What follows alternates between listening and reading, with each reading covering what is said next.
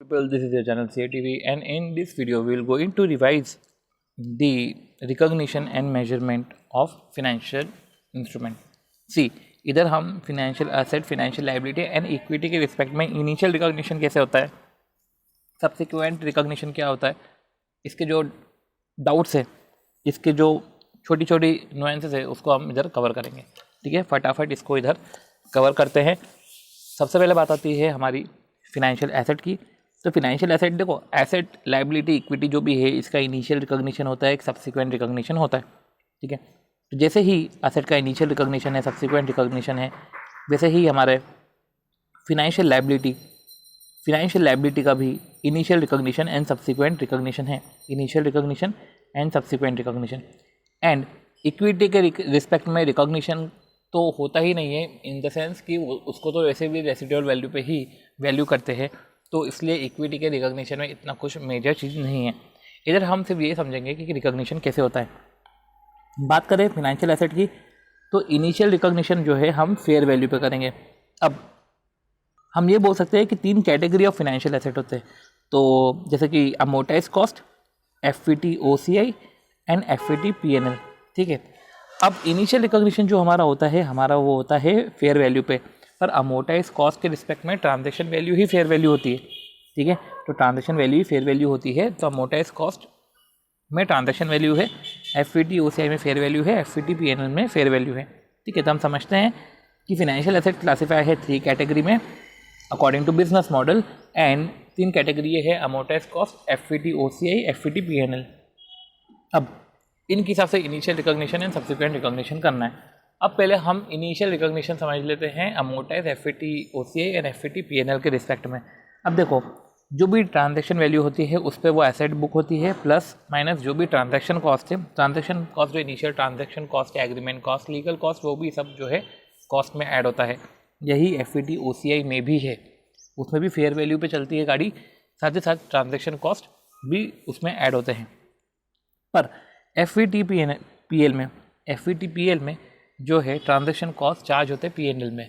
मतलब in the sense आपने कोई इन्वेस्टमेंट इंस्ट्रूमेंट परचेस करा है, तो इधर एंट्री होगी जैसे कि 100 का इंस्ट्रूमेंट परचेस करा है और 2 की ट्रांजैक्शन कॉस्ट है, तो इधर तो ट्रांजैक्शन कॉस्ट जो है वो एडजस्ट हो जाएगा. ठीक है, एसेट से, फाइनेंशियल इंस्ट्रूमेंट से.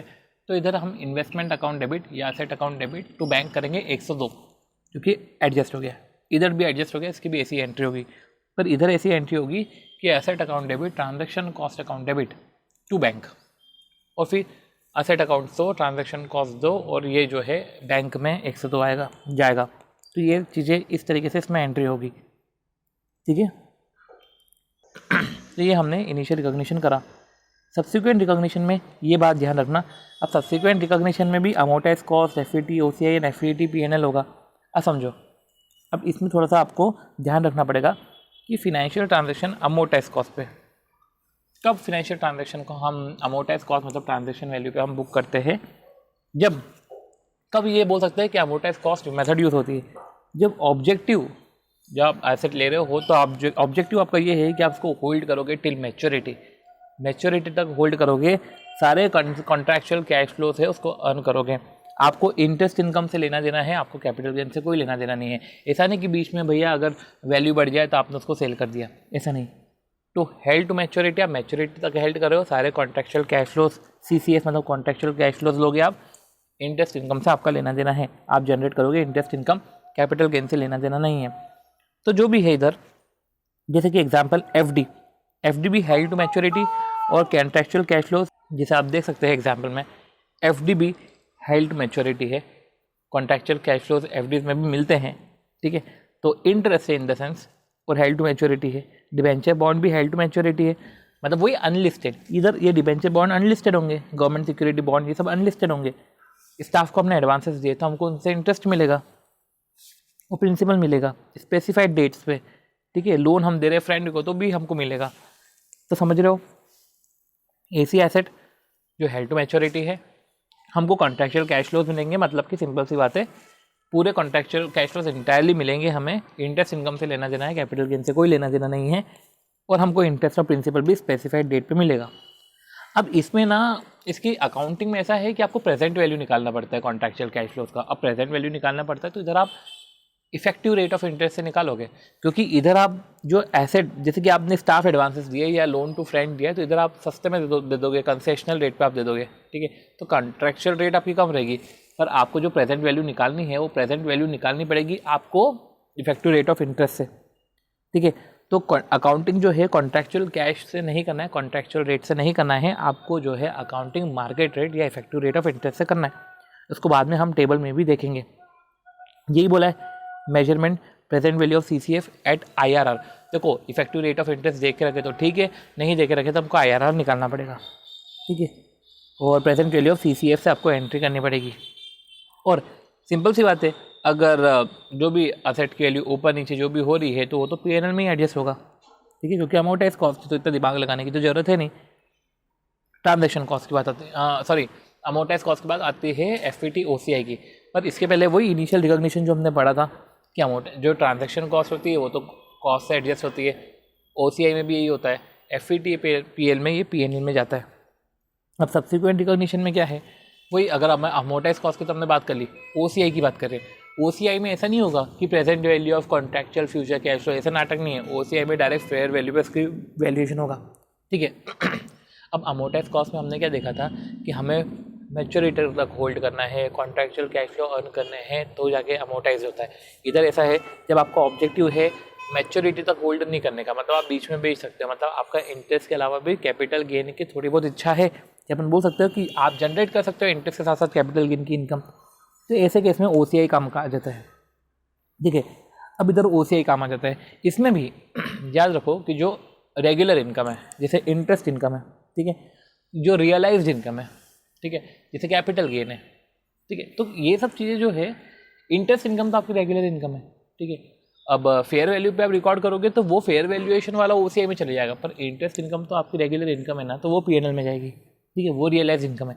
और जनरली ये लिस्टेड कंपनी लिस्टेड सिक्योरिटीज़ के में ही होता है ये, क्योंकि मैच्योरिटी तक होल्ड करेंगे नहीं और बीच में बेच देंगे, इंटरेस्ट भी जनरेट हो गया, अदर इनकम भी जनरेट हो गई।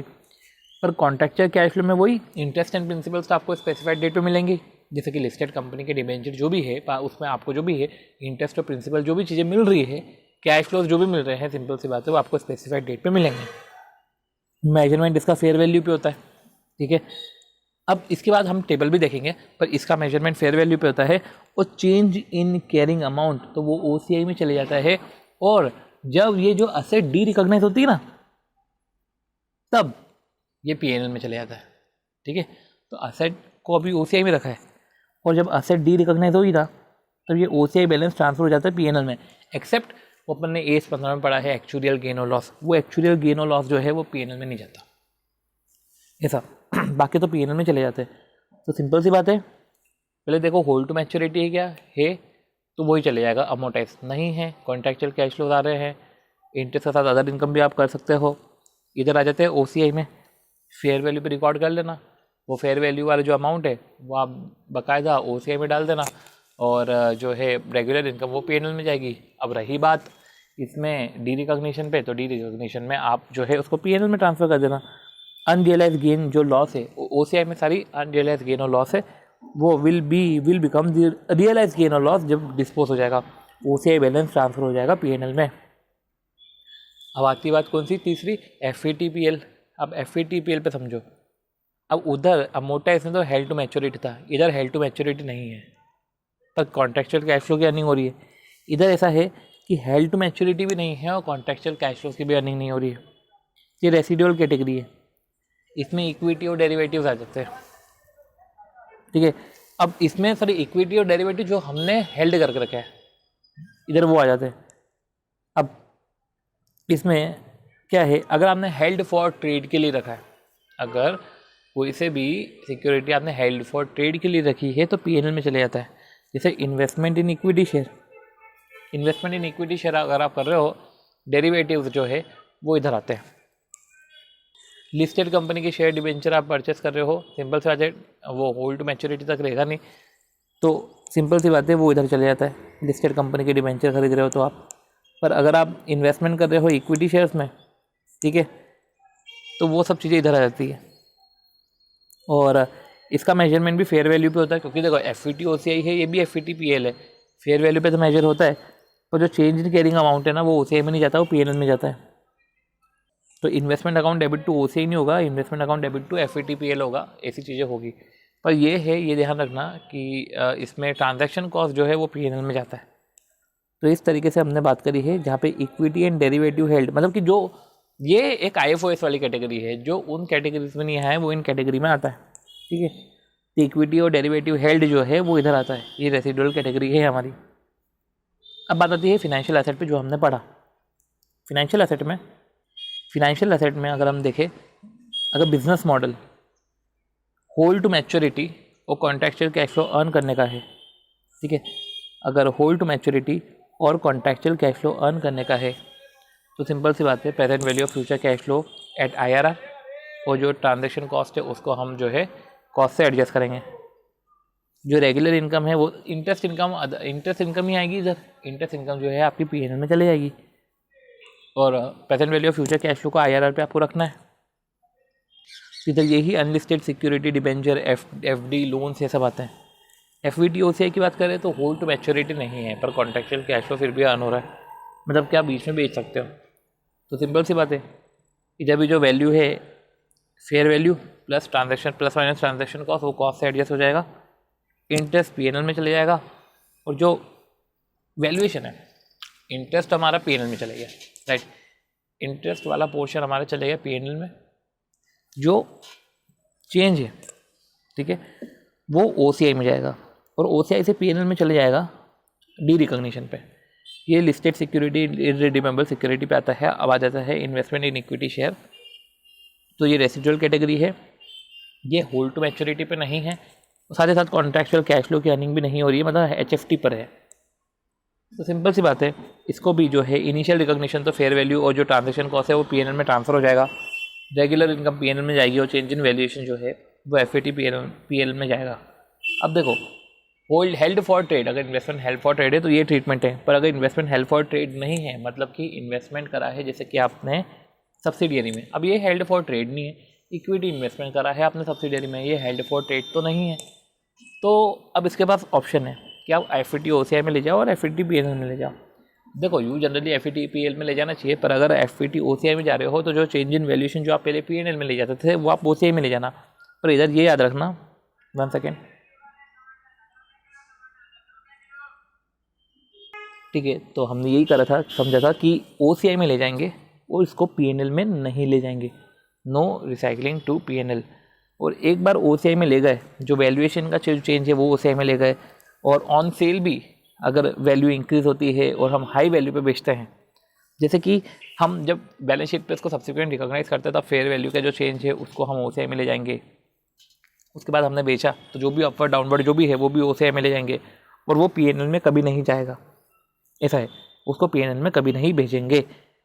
ये होता है, अगर ये ऑप्शन है, अगर आपके पास में कंडीशन ये है कि अगर हेल्ड फॉर ट्रेड नहीं है तो ऑप्शन है, हेल्ड फॉर ट्रेड है तो सिंपल सी बात है आपको जो है पीएनएल वाला ऑप्शन लेना पड़ेगा। तो ये हेल्ड फॉर ट्रेड नहीं है तो आपके पास ऑप्शन है, जैसे इन्वेस्टमेंट इन सब्सिडियरी के रिस्पेक्ट में। अब सब्सिडियरी में इन्वेस्टमेंट है, आप थोड़ी ना ट्रेड करने के लिए ले रहे हो, तो आप ऐसा ऑप्शन ऑप्ट कर सकते हो।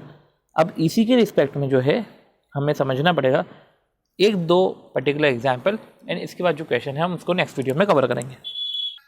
जैसे कि एक एग्जाम्पल कि we bought share of Infosys limited, कि हमने इन्फोसिस लिमिटेड के शेयर बॉट करे, तो ऑब्वियस सी बात है ये तो इक्विटी शेयर है, ठीक है, हमने शेयर बॉट करे, ये तो इक्विटी शेयर है। अब सिंस शेयर की बात आ रही है तो ये तो एफईटीपीएल की बात कर रहे हैं।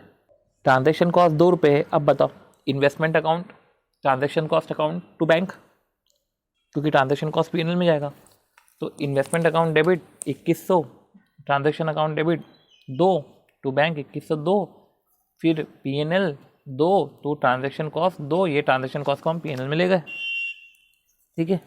On quarter and fair value of share 2250। अब देखो, क्वार्टर एंड में फेयर वैल्यू होगी 2250। अब इसको तो एफईटीपीएल में ले जाएंगे। अब इन्वेस्टमेंट की वैल्यू 2100 है, 2250 हो गई, तो इन्वेस्टमेंट टू एफईटीपीएल ये बढ़ गई, किससे? 150 से बढ़ गई। जैसे केस में जो है क्वार्टर एंड में इन्वेस्टमेंट हो गया 2250 का। अब now suppose we sell the share at 2500। अब 2500 पे बेच रहे हैं, तो 2250 का शेयर अगर 2500 में बेच रहे हैं तो 250 का हो गया, 150 का हो गया वापस हमको गेन, नहीं सॉरी 250 का हमको गेन हो गया, ठीक है। अब 250 का गेन तो ठीक है, हम 2500 पे बेच रहे हैं, तो बैंक अकाउंट से तो हमको कितने आ जाएंगे, 2500 आ जाएंगे। इन्वेस्टमेंट कितना है हमारा 2250 का, क्योंकि क्वार्टर एंड की डेट तक तो 2250 हो गया था ना। और 2 FVTPL, ये गेन हो गया हमको, ये गेन हो गया हमको 250 का, ये हो गया हमारा। अब ट्रांजैक्शन कॉस्ट लगी तो उसको सिंपल सी बात है, उसको अलग से बोलेंगे कि transaction account debit, transaction cost account debit to bank, क्योंकि हमको उसको पे करना पड़ रहा है खर्चे को, और PNL टू ट्रांजैक्शन कॉस्ट कर देंगे, ठीक है। अब यही जो है क्या लिखा हुआ है कि इक्विटी इंस्ट्रूमेंट तो हेल्ड फॉर ट्रेडिंग ही होते हैं, पर अगर हेल्ड फॉर ट्रेडिंग नहीं है, ठीक है, तो अगर नॉट हेल्ड फॉर ट्रेडिंग है तो हमारे पास ऑप्शन है, जो अभी हमने बात करी थी कि नॉट हेल्ड फॉर ट्रेडिंग है तो हमारे पास ऑप्शन है, इधर भी ऑप्शन है दैट इक्विटी इंस्ट्रूमेंट में be designated to FVT OCI। तो इस रिस्पेक्ट में ही चीज़ थी कि ठीक है। अब देखो equity instrument not held for trade के रिस्पेक्ट में है कि अगर हमने शेयर बॉट करे 2100 के, ट्रांजैक्शन कॉस्ट है 2 रुपये। तो इसके पहले हम ऊपर वाला पॉइंट भी पढ़ लेते हैं। ओके, इधर FVT OCI में इसको कैटेगराइज कर सकते हैं, ठीक है। There is an option to designate it FVT OCI instead of FVTPL, ठीक है। If the option of FVT OCI is selected and equity share not held for trading, ठीक है, रिजल्टिंग गेन और लॉस तो ट्रांसफर हो जाएगा OCI को, and no recycling to PNL, तो PNL में तो इसकी रिसाइकलिंग होगी ही नहीं, हमको भी पता है। चलो ठीक है, तो वही है कि अब वही 2100 के शेयर है, ट्रांजैक्शन कॉस्ट 2 रुपये है। अब बताओ इन्वेस्टमेंट की वैल्यू 21 से 2 हो जाएगी, टू बैंक हो जाएगा। फिर क्वार्टर एंड में जो है फेयर वैल्यू ऑफ शेयर 2250 हो गया, तो ऐसे केस में इन्वेस्टमेंट टू FVT OCI हो जाएगा ना। अब 148 हो जाएगा, क्योंकि 21 से 2 से 2250 पे गए हैं। अब जो है हम सेल करेंगे, तो सपोज करो कि सेल करा 2500 में और ट्रांजैक्शन कॉस्ट लगी 3, तो सेल क्या 2500 में कराए क्या, नहीं 2497 बोलोगे आप, ट्रांजैक्शन कॉस्ट लगी 3। तो सबसे पहले बैंक अकाउंट में 2497, क्यों, क्योंकि जो ट्रांजैक्शन कॉस्ट है उसको तो एडजस्ट कर लिया ना इससे, ठीक है, ये असेट से ही एडजस्ट कर लिया, तो 2500 माइनस 3 2497। अब उसमें टू इन्वेस्टमेंट हो जाएगा। अब टू इन्वेस्टमेंट कितना होगा 2150 2250 जो भी है 2250, और टू FVT OCI वो हो जाएगा हमारा 247। और PNL में तो कोई इसकी एंट्री होने की नहीं है ना, तो OCI का बैलेंस भी PNL में जाएगा। तो इस तरीके से जो है हमने छोटे छोटे एग्जाम्पल करे हैं 2, और इसके रिस्पेक्ट में जो क्वेश्चन है हम इसको नेक्स्ट वीडियो में कवर करते हैं। ओके, तो हम मिलते हैं हमारे नेक्स्ट वीडियो में। ये चार्ट को ध्यान रखना है, इस चार्ट के थ्रू आप बेटर तरीके से चीज़ों को समझ पाओगे, और आगे के क्वेश्चन हम इसी चार्ट के बेसिस पे करेंगे। Thank you.